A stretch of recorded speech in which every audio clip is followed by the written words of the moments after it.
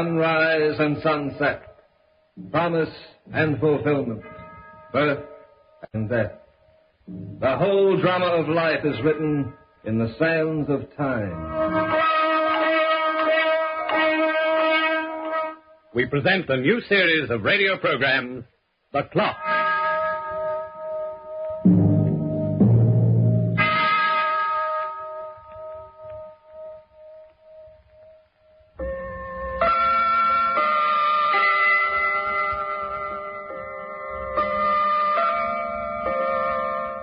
Am I disturbing you? I hope not. I don't mean to intrude. I just dropped in for half an hour with a story. It's not an ordinary story, and yet it might easily happen to someone you know. Someone you may have heard of. In any case, I'm pretty certain you'll be glad you listened. But perhaps I'd better introduce myself again, although we have met before. You don't remember? Oh, come now, we're old friends. You must have seen my face on your wrist, in your pocket, or on that steeple over there, where I suppose I have more dignity but much less fun. Yes, we've met before, and we'll meet again, I'm sure of that. You see, I get around. Sooner or later, I run into everyone. Sooner or later, everyone runs into me. But I was telling you about my story, which has to do with Jeannie Clare. Jeannie's a pretty girl of 23 and rather nice. She had a birthday just a month ago, and it was a very happy affair. Some of the girls who worked with Jeannie at Kane's department store threw the party, and they all had a wonderful time, but that was a month ago. And things are different now. Precinct police stations are not exactly pleasant places, especially for girls like Jeannie Clare. The desk sergeant's always impersonal and efficient, but sometimes even efficiency can be a frightening thing. How long will it take, Sergeant? About 20 minutes. As long as it takes him to get down and back. 20 minutes? 20 minutes. In the meantime, I want to ask you a couple of questions. Now, Jeannie Clare, 1148 Avenue. Is that right? That's right. Now, what's your age? 23. Blue eyes, brown hair. Height? 5'2". Weight? 110 pounds without my shoes. 110. Married? No. No, I'm not married. Occupation? Occupation? Yeah, well, where do you work? At Kane's department store. I sell gloves, men's gloves. That's where it started. At Kane. Yes, that's where it started, at Kane's.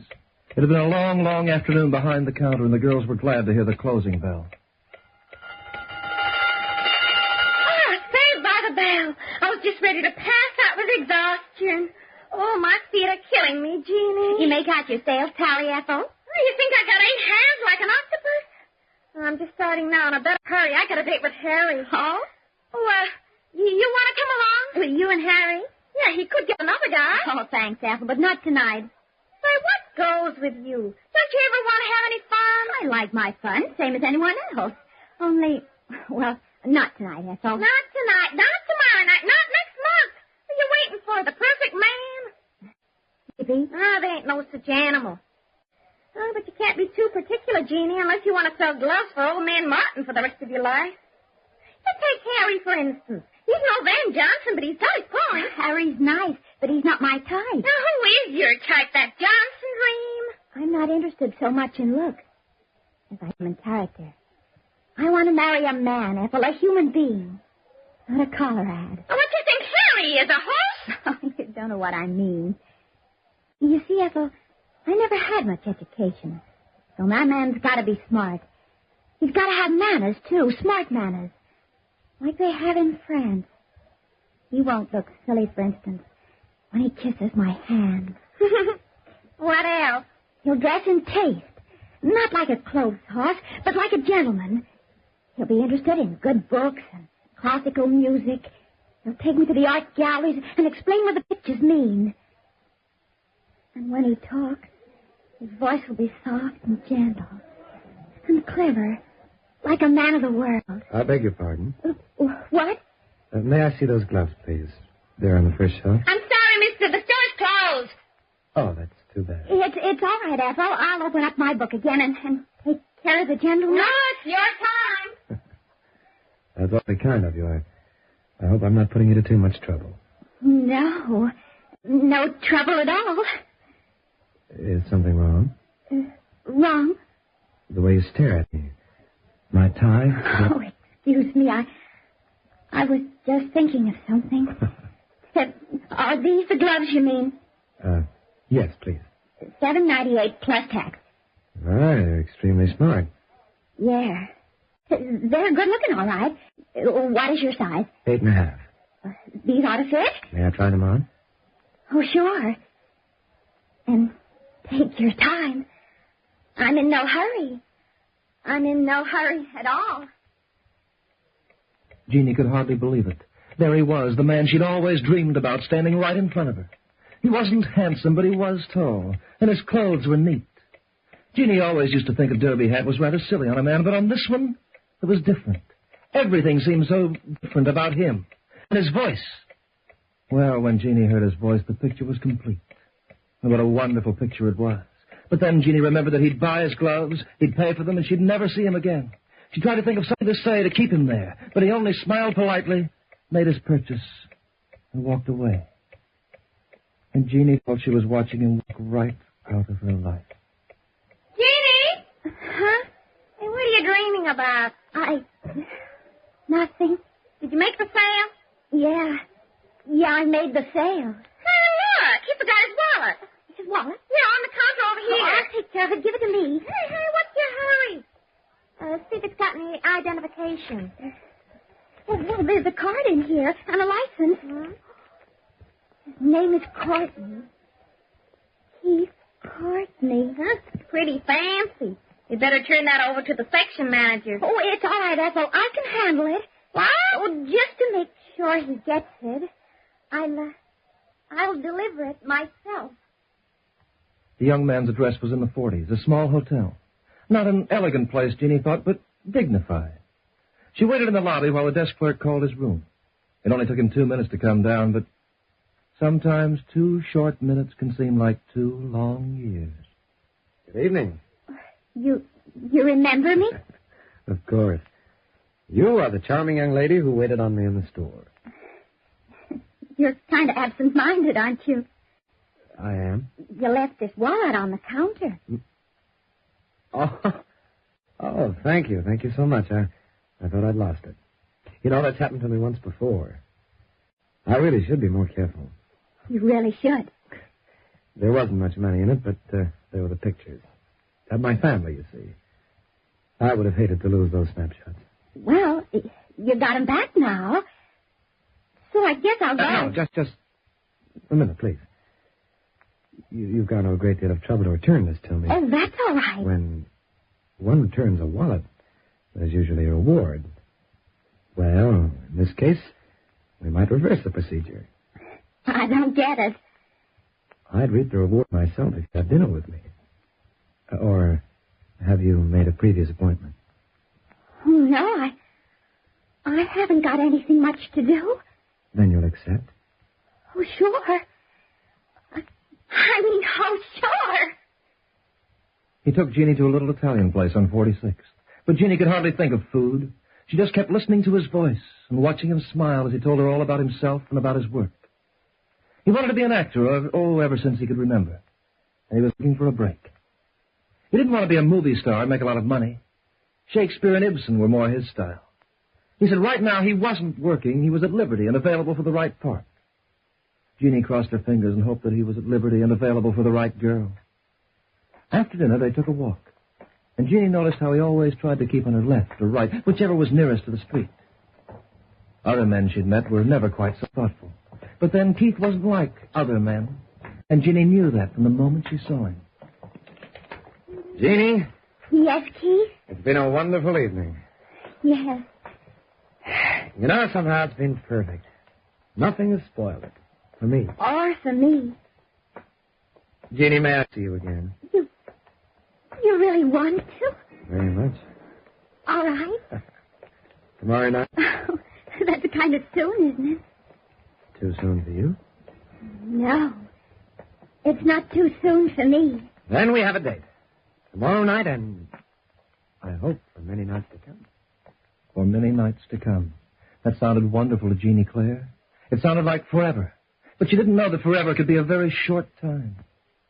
Jeannie saw him every night for 4 weeks in a row. They went everywhere together, to interesting places, to museums and art shows, a concert or two, every once in a while the theater. Not a moving picture. The theater. The legitimate stage, as Keith put it. When you've never been in love before and you meet the perfect man, you don't have to think very hard to find out where you stand. After a while, Jeannie stopped telling herself to be sensible and to wait. She was crazy about him, that was that. And then one day he got a job. He wanted to celebrate and treat Jeannie to something special. They had dinner and danced a lot, then took the subway home.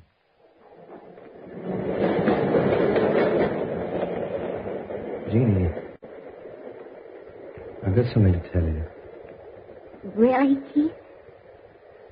First of all, let me say that you're the nicest girl I ever met in my life. Keith? And you understand me more than anyone else I've ever known. Jeannie, I haven't let our relationship get too personal up to now because, well, somehow I felt I didn't have a right to.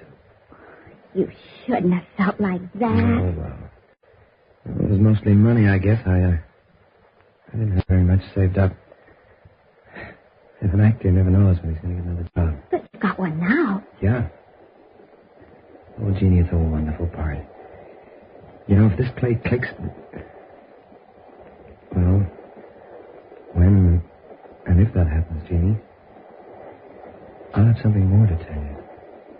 You couldn't tell me now. No, not just yet. But if you want to, you can guess, and you'll probably be right. I think I know, Keith. I'm very glad. You know, sometimes I think I'm a very lucky girl, Keith. Why? Well, things happen if you wait for them long enough, and the things that happen are usually nice. Not like that poor kid, or whoever she was. What poor kid? See the paper that man is reading across the aisle? Oh, yeah? Look what that headline says. Young girl slain by maniac. Isn't it awful? Horrible. Maybe it's selfish of me to say so. But I'm sure that things like that only happen to other people. And I only have to read about them in the papers. I'm sure glad only nice things happen to me.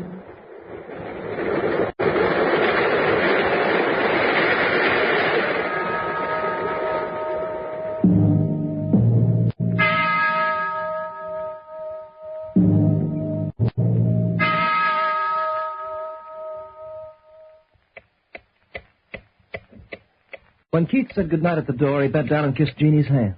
And Jeannie seemed to know even before he did it that was just the thing he'd do. When she got inside her room, she was much too excited to sleep. So she tried to read a while, and she opened the paper Keith had bought her. It left the subway. Then Jeannie saw that headline again. It gave a full description of the murder and where the victim was found. The girl was 24 and pretty. She'd been keeping company with an unknown man, and a description by one of the neighbors tallied with the description of the maniac who killed another girl a week before. The description followed, and Jeannie read it aloud to herself. R.C. Penn, nice looking, dressed in perfect taste. He flatters the girls he meets with his continental manners. And his voice is low and soft. He's never seen without a derby hat. His gloves are always new. And by profession, he claims to be an actor. You know, there are people in the world who never grow old, even though they live to be 100 years old. Somehow they shoulder their cares very lightly, and their minds remained young and strong. Jeannie Clare's mind was young and it was strong, but she grew up far beyond her years when she read that paper. She just sat there and shook her pretty head in a funny sort of a way. You could see she didn't want to believe what she read. She was trying to convince herself it was only a coincidence. Well, Jeannie, perhaps it is. There are many men who could answer that description, and lots of them could be actors. Only this particular man is the man you love. Remember that. But suddenly Jeannie noticed another fact. The man they were after had come from Chicago. They traced him to New York from there. Well, that was different.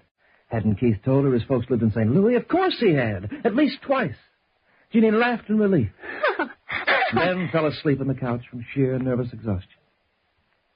The next evening, as she and Keith walked up the street after dinner, Jeannie was ashamed of herself for ever having the thought she'd had.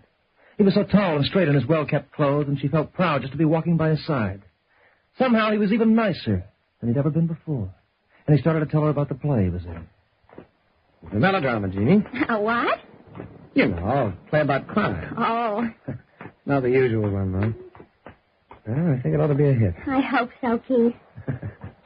You know, I guess ordinarily I wouldn't have taken a part like that. You know the way I am, Jeannie. I worship Shakespeare. I'd rather carry a sword in Hamlet than have a lead in any comedy in town. But, I don't know. This part should give me the foothold I need. And, at least I'll start to make enough money to plan for the future. You mean you took this part just for me, Keith? Let's say I took it for both of us, and we'll let it go at that, huh? Hey, would you like to see a rehearsal one day? I sure would. You won't let it scare you, I hope. Scare me? Well, the play is pretty violent. In fact, it's quite a shock. You see, it involves a homicidal maniac, a man who likes to kill for pleasure. It's good. You dropped your purse. Hey, Jeannie, you've broken your mirror. Keith? Yes, Jeannie? Someday I'd like to meet your folks. Someday you shall, Jeannie. I know St. Louis is a long way off, but... St. Louis? Oh, they don't live there anymore.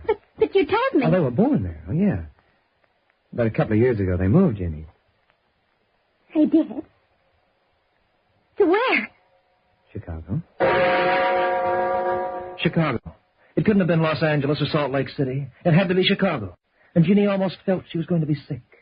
She managed to keep herself composed until they said goodnight, though. Keith was due at rehearsal at 8, so he didn't take her home. And Jeannie was never so glad to get back to her room and her life. She sat down near the radio and tried to catch her breath. Her head was pounding and she could hardly think. She kept saying over and over to herself, "Is Keith the man they want?" She couldn't turn him in unless she was sure. And how could she be sure? Then she turned the radio on. She didn't know exactly why. She was frightened, lonesome, miserable. She wanted to hear a voice, any voice, someone who'd talk to her so she'd know she wasn't alone. She heard a voice all right, and the words burned holes in her heart. And the United Nations will discuss the matter during their next session. New York. The police have unearthed new evidence concerning the homicidal maniac whose gun has claimed 3 victims thus far. He apparently was able to hoodwink his unhappy victims into believing he'd fallen in love with them and was about to propose marriage. No. The police are hoping to apprehend the killer before he has a chance to add another victim to his list. Operator, get me the police department.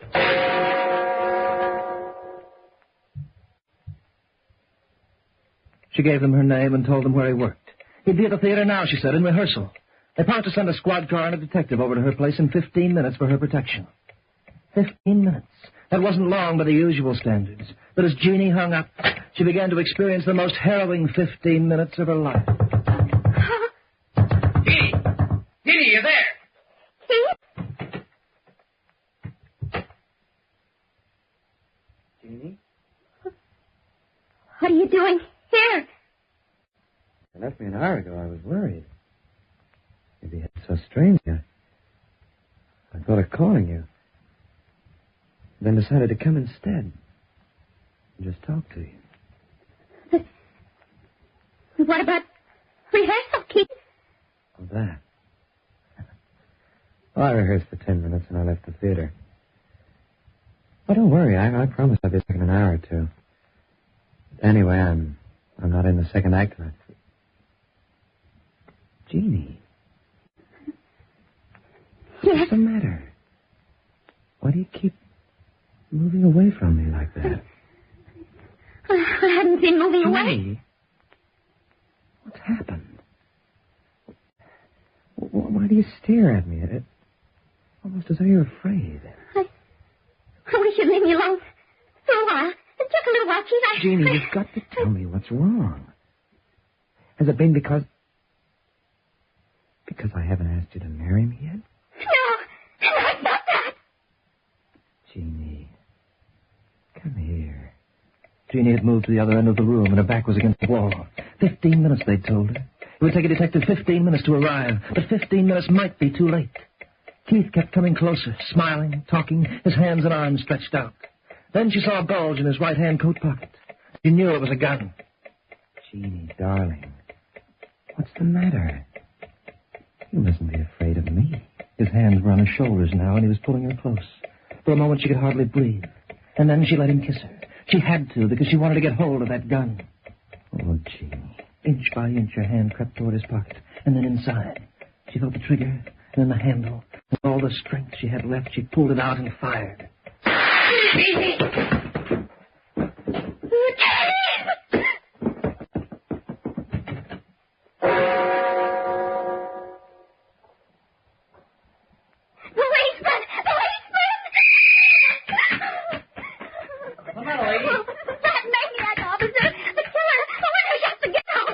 What about it? In my house, in my apartment. He's there.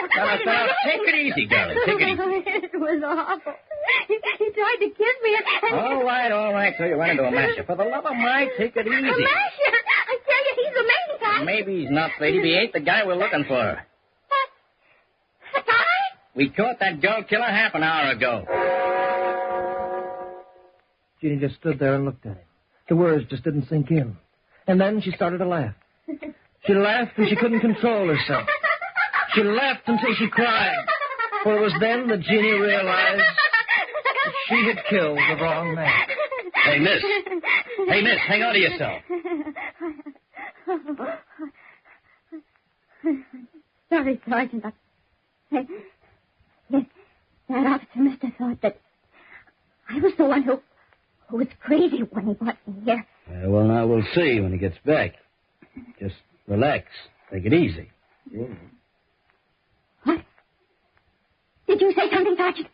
No, I didn't. Look behind you. Jeannie.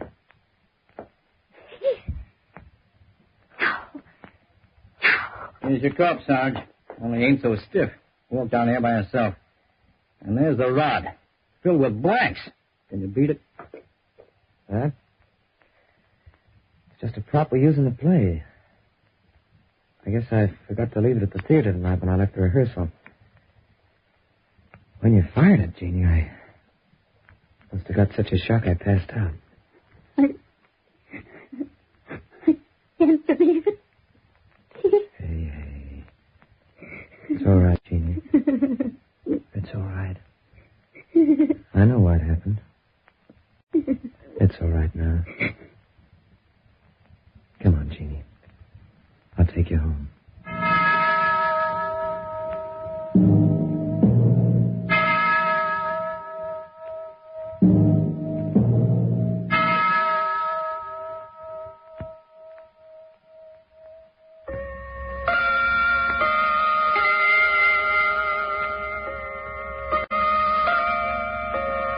And that's the story of Jeannie Claire as recorded by the clock. Well, I see we've used up our allotted span, for the clock keeps running. The hands keep moving around. So, good people, accept each minute with gratitude and with joy. Time is good to most of you, and most of you make good use of time. But remember, it's later than you think, so use your time well this week. And return again to listen to The Clock. The Clock will be heard again next week, same time, same station. This program is written by Lawrence Klee, and you heard Hart McGuire as the Clock. And as Jeannie, Wendy Playfair. As Keith, John Million. Others in the cast were Joan Lander, Derek Barnes, and Joe McCormick. The Clock is directed by John Saul, a Grace Gibson radio production.